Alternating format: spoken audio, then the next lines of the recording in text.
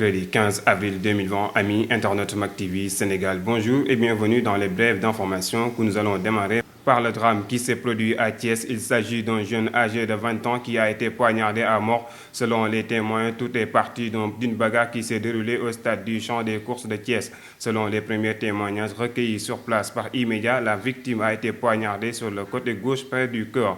Ces derniers ont tenté d'attraper le malfaiteur sans réussite. Le corps sans vie a été déposé au morgue de l'hôpital Amadou Sakhir Ndiékine de Thiès.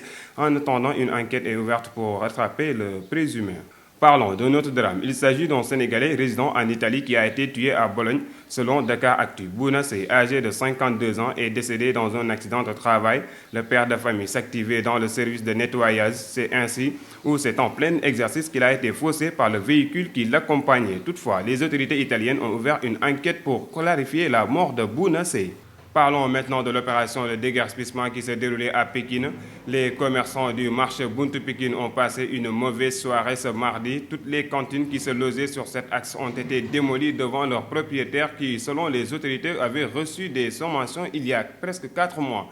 Selon le préfet du département de Pékin, cette opération entre dans le cadre de la construction de l'autopont Labat-Fall. Moustapha Ndiaye a par ailleurs annoncé le démarrage des travaux dans les jours à venir. Les conséquences de l'affaire Iba Thiam continuent après l'arrestation de plusieurs personnes dont Dame Amar. Ce dernier pourrait perdre sa femme. En effet, son beau-père a récupéré sa fille. Selon l'Herald.net, Youssou Ndour veut lever l'affront fait à sa fille par son gendre arrêté il y a une semaine suite à un drame qui a occasionné la mort de Iba Thiam. Selon les écrits de l'Herald.net, la star sénégalaise a agi sans bruit pour protéger sa fille qui a assez souffert ces derniers jours. Et nous terminons par le point du Covid-19. Le Sénégal a enregistré ce mardi 8 nouveaux cas testés positifs au Covid-19 sur 272 tests réalisés. Il s'agit de 6 cas contacts suivis par les autorités sanitaires et 2 cas issus de la transmission communautaire.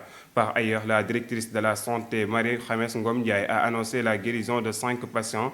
À ce jour, 299 cas ont été déclarés positifs au Sénégal, dont 183 guéris, 2 décédés, 1 évacué en France et 113 patients sous traitement dans les établissements sanitaires. Et c'était tout pour aujourd'hui. Merci de nous avoir suivis et restez connectés sur MacTV Sénégal.